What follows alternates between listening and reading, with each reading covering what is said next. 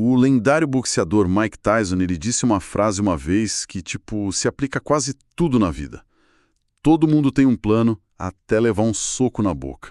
Uhum, o famoso choque de realidade. Exato.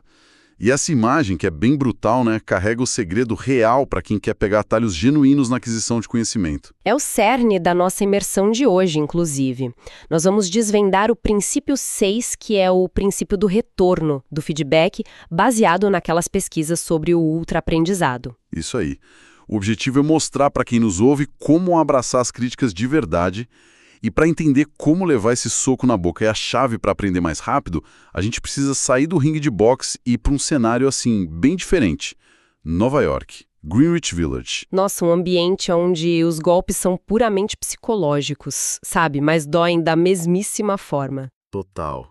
Imaginem a cena. O Comedy Cellar. É um clube modesto, pequeno, o teto é super baixo, tem aquela clássica parede de tijolos ao fundo, e as mesas ficam espremidas umas nas outras. Aham, bem intimista. Sim.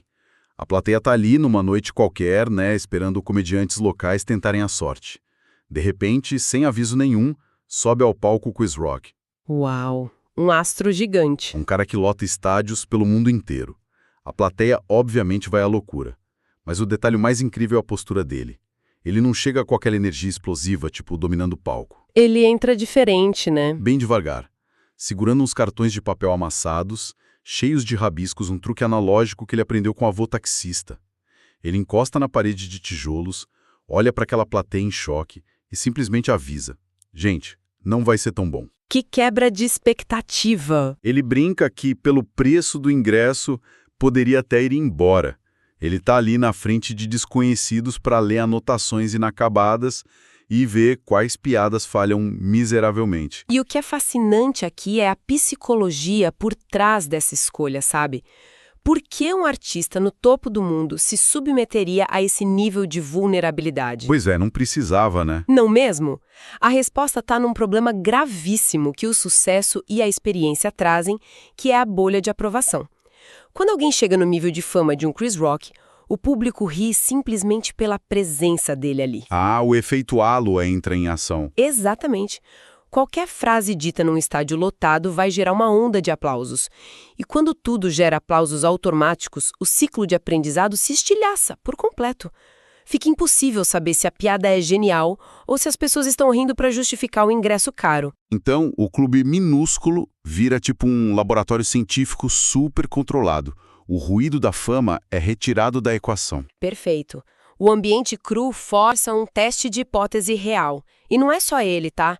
Dave Chappelle, Jon Stewart, Amy Schumer, todos fazem isso. Eles buscam ativamente o fracasso em pequena escala para evitar a estagnação. O que nos leva àquela premissa da prática deliberada, né? Do Anders Ericsson. Isso. A pesquisa do Ericsson demonstrou que, para manter altos níveis de perícia, o retorno imediato não é um bônus, é uma exigência inegociável do cérebro. Sem esse ciclo de tentar, errar e corrigir na hora, a experiência acumulada deixa de gerar melhoria e muitas vezes gera declínio. Nossa, essa ideia da estagnação vai totalmente contra a nossa intuição. A gente é ensinado que anos de experiência transformam qualquer um em mestre, mas tem os casos na medicina que mostram o exato oposto. É um exemplo clássico e bem perturbador. Estudos mostram que muitos médicos podem, na verdade, apresentar diagnósticos menos precisos à medida que se distanciam da faculdade, mesmo com décadas de consultório. Espera piorar com o tempo? Como assim? Sim, porque todo aquele conhecimento técnico começa a desbotar sem o atrito da validação rigorosa, sabe? Um cirurgião, por exemplo, vê o resultado na mesa de operação na hora. Já um clínico geral frequentemente não recebe um retorno sistemático sobre os diagnósticos de longo prazo dele. Ah, claro. O paciente melhora e não volta, ou pior e vai procurar outro especialista. Isso. E sem esse feedback confirmando ou refutando a suspeita inicial, o profissional para de atualizar os modelos mentais e fica preso nas próprias certezas. Bom, vamos desempacotar isso aqui então, porque a gente esbarra numa tensão enorme. Se o atrito brutal, essa validação imediata, é o segredo que mantém gênios no topo e impede médicos de piorarem, porque quase todo mundo foge das críticas. É a grande contradição humana. Sim, Se faz tão bem porque o pavor de ser avaliado é quase universal. Para entender isso, a gente precisa olhar para a ciência comportamental. Tem uma meta-análise gigantesca do Avraham Kluger e do Ângelo Denise, que abala completamente o senso comum. O que eles descobriram? Eles revisaram centenas de estudos sobre o impacto do feedback na aprendizagem. A gente presume que qualquer retorno é melhor que nenhum, certo? Mas a descoberta foi chocante. Em mais de 38% dos casos avaliados, o feedback teve um impacto negativo no aprendizado. Peraí, quase 4 em cada 10 vezes ouvir um retorno piorou o desempenho da pessoa? Piorou. Caiu a qualidade do que a pessoa estava fazendo. Nossa, isso joga no lixo aquela ideia de que toda crítica é construtiva. Se atrapalha numa taxa tão alta, o que exatamente está dando errado aí? A chave do mistério está no fator ego e em como a informação é empacotada, sabe? Eles argumentam que o feedback funciona como um acelerador cognitivo só quando é focado estritamente na tarefa. Tipo, na estratégia do que foi feito. Exato. O desastre acontece quando a avaliação desvia do processo e atinge a identidade do indivíduo. E o mais doido é que isso não se limita a críticas cruéis. Acontece com muita frequência quando o feedback vem em formato de elogio puro. Elogio. Como um elogio pode atrapalhar? Quando um mentor diz, nossa, como você é inteligente, o foco sai do esforço e pousa no ego. A partir daí, o aprendiz quer proteger esse status de gênio intocável. A primeira coisa que ele sacrifica é a vontade de assumir riscos que possam expor alguma falha. Cara, é como se esses elogios ocos fossem tipo um fast food intelectual. Nossa, que analogia excelente. Pensa bem, no momento em que a pessoa recebe o elogio ao ego, é delicioso.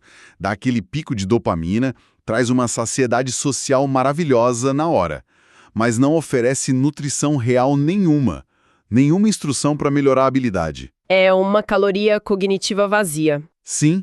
A longo prazo, a pessoa fica estagnada, viciada nesse açúcar da aprovação constante, e desenvolve uma alergia severa aos vegetais amargos da crítica construtiva. O verdadeiro obstáculo nem é a dor da correção em si. É um medo imaginário, né? Exato. A antecipação paralisante. Há histórias fascinantes de hiperpoliglotas que hackeiam esse sistema emocional. O Benny Lewis é um caso clássico disso. Ah, o método dele é muito radical. Demais! Para aprender idiomas do zero, ele aborda estranhos na rua no primeiro dia de estudo, sabendo tipo meia dúzia de palavras. É um mergulho kamikaze na vulnerabilidade total. Totalmente. Mas a genialidade não está na técnica linguística, está em quebrar o ego. Ao forçar o pior cenário de constrangimento logo de cara, gaguejando na frente de um nativo, o medo evapora por saturação. É exposição ao extremo. O ego leva um soco na boca no minuto 1. Aí o cérebro percebe, opa, sobrevivemos, o mundo não acabou. Depois que o terror some, a informação flui sem barreiras. Quando a gente entende que buscar o retorno é um exercício de gerenciamento emocional, a estratégia muda. Já sabemos que o fast food do ego é tóxico, então precisamos dissecar a nutrição real. O feedback útil de verdade. Isso. O feedback útil se divide em 3 camadas distintas. Identificar qual delas um projeto exige em cada fase é o que separa quem avança rápido de quem fica rodando em círculos. Vamos mapear essa anatomia, então. Qual é o primeiro nível? A camada mais basal é o feedback de resultado. Ele é binário e holístico. Ele informa apenas o desempenho final agregado. Pensa no clássico aprovado ou reprovado no vestibular. Ou no mercado, o volume de vendas de um produto na primeira semana. Exatamente. Na arte, seria a intensidade dos aplausos ou um silêncio constrangedor da plateia. A grande vantagem é que é fácil de obter. O mundo sempre entrega resultados finais. É um termômetro perfeito para motivação, mas tem uma falha estrutural. O termômetro acusa a febre, mas não diz qual é o vírus. Não fala o que precisa mudar. Perfeita metáfora. É o alerta de que o motor pifou, mas sem o manual de como apertar os parafusos.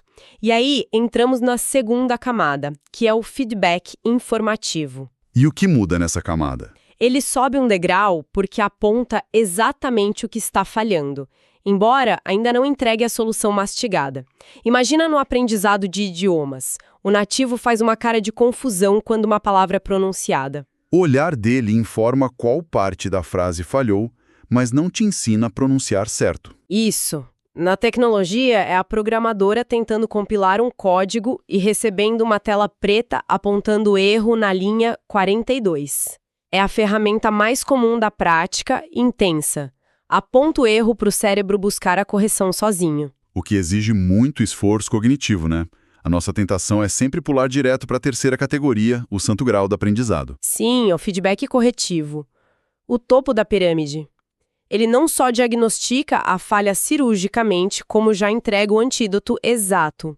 O caso do Tristan de Montebello ilustra isso super bem. A história dele é fantástica. Ele queria sair do zero e chegar no palco do Campeonato Mundial de Oratória em poucos meses. Se ele ficasse só na primeira camada, os aplausos, não saberia o que ajustar. Se ficasse na segunda, saberia que estava nervoso, mas não como arrumar a postura. E o que ele fez para resolver isso? Ele buscou feedback corretivo com um treinador especializado, o Michael Gendler. O cara conseguia assistir um ensaio e apontar coisas invisíveis, tipo, a sua respiração corta a empatia ali no segundo parágrafo. Pausa por 2 segundos, abaixa o tom e muda o peso para a perna esquerda. Que nível de detalhe absurdo. Sim, mas esse nível de precisão exige um mentor veterano, um professor experiente, ou, para quem estuda sozinho, um gabarito muito bom que explique o passo a passo, não só se a resposta é A ou B. Olha, eu preciso assumir o papel de advogado do diabo aqui, porque essa estrutura toda cria um gargalo prático gigantesco. Pode falar. Qual a dúvida? Buscar esse feedback corretivo constante, contratando treinadores de elite, revisores, isso não transforma o ultra-aprendizado num clube exclusivo? Parece que só quem tem muito dinheiro para bancar uma atenção super personalizada consegue acelerar de verdade. Essa é uma provocação excelente e toca num ponto super perigoso que é a mudança de patamar. A obsessão cega por obter instruções detalhadas de como consertar as coisas, quando não se tem acesso a um especialista, pode destruir um projeto. Forçar a barra, né? Total. A inteligência do processo não é ter dinheiro para pagar um mentor, é saber alinhar o tipo de retorno com a fonte correta. Tentar extrair feedback corretivo de quem não tem competência para dar é catastrófico. A gente acaba estragando o projeto seguindo conselhos bem intencionados, mas péssimos. Um exemplo muito didático acontece na indústria de videogames. Quando o estúdio lança uma versão beta para milhares de jogadores, essa multidão é uma fonte fantástica de feedback de resultado. Eles sentem se o jogo é chato ou viciante. É experiência holística. Mas, frequentemente, o desenvolvedor comete o erro de perguntar para os jogadores leigos como consertar o jogo. Aí o jogador, tentando ajudar, fala: "Acho que as armas deveriam ter o dobro de dano." É um palpite técnico inútil. O cara tá frustrado com o ritmo, mas racionaliza isso reclamando da cor da parede. O leigo sente a doença perfeitamente, mas receita o remédio errado. Se o criador acatar isso, o jogo continua monótono, só que agora desbalanceado.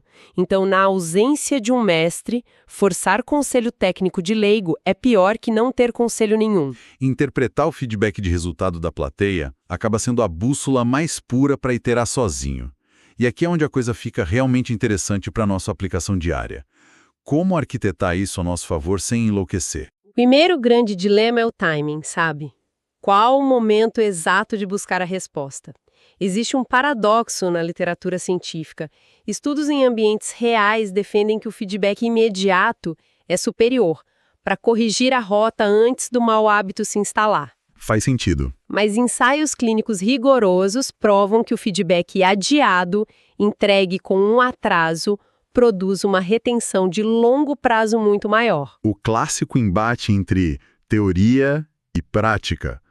Como conciliar a resposta rápida com a necessidade de fixar o conhecimento? A solução passa por um mecanismo neurológico vital, que é a prática ativa de recuperação. Quando a gente tenta acessar uma informação e falha, a gente sinaliza biologicamente para o nosso sistema nervoso que aquilo é importante para a sobrevivência. É o esforço gerando a mielina, né? Exato. Essa frustração dispara a produção de mielina, que encapa os caminhos neurais e deixa as sinapses mais rápidas. O problema do feedback super imediato é que ele rouba do cérebro a chance de se esforçar. A pessoa vê uma equação, sente um desconforto e já vira a página para ver a solução. Vira uma leitura passiva total. Preguiçosa até. Sim, o que deveria ser uma reconstrução ativa das vias neurais não acontece. A tática genial que muitos usam é um simples cronômetro. Estabelecer, por exemplo, 15 minutos de luta brutal contra o problema. Esgotar as hipóteses antes de olhar a resposta. O cronômetro funciona como uma âncora de disciplina. Usar o desconforto como ferramenta. Estrutural, né? Mas e quando o obstáculo não é interno, mas o caos do mundo? Esse fluxo infinito de opiniões que a gente recebe o tempo todo. Para isso existe a tática da supressão de ruído. Expor um projeto ao mundo hoje é ser bombardeado por ruídos estatísticos. Pensa no Eric Barone, o criador do jogo Stardew Valley. Aquele que ele fez tudo sozinho, né? Ele mesmo. Durante os anos de produção, ele postava atualizações na internet e recebia uma avalanche de comentários. Se ele tentasse agradar todo mundo, o projeto teria virado um Frankenstein. A genialidade dele foi desenvolver um filtro focado. Ele ativamente ignorava o que fugia da visão original dele. Qualquer retorno que conflitasse com a atmosfera relaxante do jogo, ele descartava. É o princípio estatístico de separar o sinal real do ruído aleatório. Até porque a internet e os algoritmos são governados pelo caos. Uma métrica de vaidade pode criar uma ilusão completa de sucesso ou fracasso. Sem dúvida. Um artigo super mal escrito pode viralizar numa tarde só porque o algoritmo testou num nicho inflamado. Da mesma forma, um trabalho brilhante pode afundar no esquecimento por puro azar temporal. Se basear no pico de acessos gerado pelo algoritmo é virar refém da sorte. Qual a saída, então? Buscar métricas substitutas mais robustas. Proxies de qualidade que não dependem da viralidade. Em vez de celebrar cliques brutos num texto, você foca obsessivamente na porcentagem de pessoas que leram até a última linha. Esse dado revela se a escrita realmente prendeu a mente humana, independente de quantas pessoas clicaram sem querer. Perfeito. E tem outra tática de modulação que eu acho impossível ignorar, que é o ponto ideal de dificuldade. A teoria da informação explica isso matematicamente. A informação carrega um fator surpresa. Se o nível do desafio está tão baixo que você sempre acerta, o feedback subsequente tem zero informação nova. Não teve aprendizado, só repetição confortável. Exato. E no extremo oposto, se a dificuldade é insana e a falha é constante, o feedback só gera ruído, punitivo e frustração. O aprendizado ótimo mora naquele limiar estreito da incerteza, onde o acerto e o erro se alternam. O ambiente precisa ser manipulado para garantir uma taxa de falha controlada, mantendo o cérebro em alerta. E isso levanta uma questão importantíssima. Até agora falamos sobre avaliar a tarefa, o erro no código, a falha na piada, mas tem uma camada superior. O metafeedback, que é, possivelmente, o conceito mais sofisticado na aquisição de conhecimento de alto nível. Ele não avalia o desempenho imediato. Ele audita a eficácia da engrenagem de estudo em si. O exemplo mais puro vem do xadrez, com a pontuação elo. Como funciona o elo na prática? Muita gente ouve, mas não sabe a mecânica. É um método matemático engenhoso. Ele não soma só vitórias e derrotas. Ele calcula a habilidade relativa. Se você vence um oponente muito mais fraco, ganha pouquíssimos pontos. Se vence um grande mestre, ganha muitos. Isso cria um gráfico de progresso muito preciso. Então os estudantes excepcionais não olham para a partida isolada. Eles testam estudar aberturas por um mês e medem como a curva elo reage. E depois, mudam para estudar finais de jogo e comparam a inclinação da curva. É o mesmo para simulados. A pergunta não é se acertou física hoje, mas se a técnica nova de leitura fez a média móvel mensal subir ou descer. É uma mudança de perspectiva espetacular. A pessoa atua como um atleta suando no campo e, ao mesmo tempo, como técnico na beira do gramado com a prancheta, avaliando se o treino da semana está rendendo. É usar o atrito para melhorar o design do martelo, não só para lapidar a pedra. Bom, caminhando para o encerramento da nossa imersão de hoje e amarrando todos os pontos, o que tudo isso significa? Para mim, a lição inegociável é a recusa em se esquivar dos golpes. Aceitar esse fluxo denso e intenso de validações externas vai muito além da vantagem técnica. O poder real é emocional, né? Quase catártico. Sim. Levar logo o temido soco na boca e sobreviver a ele destrói a ansiedade numa velocidade recorde. É um antídoto contra aquele perfeccionismo que faz a pessoa polir o projeto por anos no quarto fechado. A exposição constante caleja a mente. E esse é o momento perfeito para deixarmos um convite reflexivo para quem nos ouve. Olhando para os próprios projetos e estudos, onde a nossa audiência está, neste exato momento, se contentando com aplausos vazios. Onde estão buscando o fast food intelectual, né? Onde estão pedindo opiniões só para amigos que vão dizer que está maravilhoso, onde falta a coragem de procurar uma parede de tijolos fria num clube de comédia para testar do que a ideia realmente é feita. Essa reflexão me leva a um pensamento final que reformulou a forma como eu encaro o fracasso em público. A gente estabeleceu que o medo trava a gente, e nosso cérebro primitivo processa a correção técnica como um ataque existencial. Mas e se a gente começar a encarar esse constrangimento de uma perspectiva puramente biológica? Como assim, biológica? Pensa naquela sensação de cometer um erro ridículo na frente de alguém que você admira, ou tentar falar um idioma estrangeiro e gaguejar feio. Vem aquele calor súbito no pescoço, o rosto queima de vergonha, o coração acelera. A vontade de sumir. Exato. E se essa resposta vascular intensa não for um alarme de fracasso social avisando que a gente não tem talento, e se esse calor for literalmente o motor do cérebro operando em sobrecarga? É o gasto metabólico absurdo das sinapses forjando conexões neurais na marra, garantindo quimicamente que aquele erro nunca mais seja esquecido. É uma ressignificação poderosa. Se a gente passa a enxergar a vergonha como a sensação física do cérebro crescendo, o jogo muda por completo. A verdadeira barreira para dominar qualquer disciplina não é a loteria genética da inteligência. É, pura e simplesmente, a nossa inesgotável capacidade de tolerar o desconforto.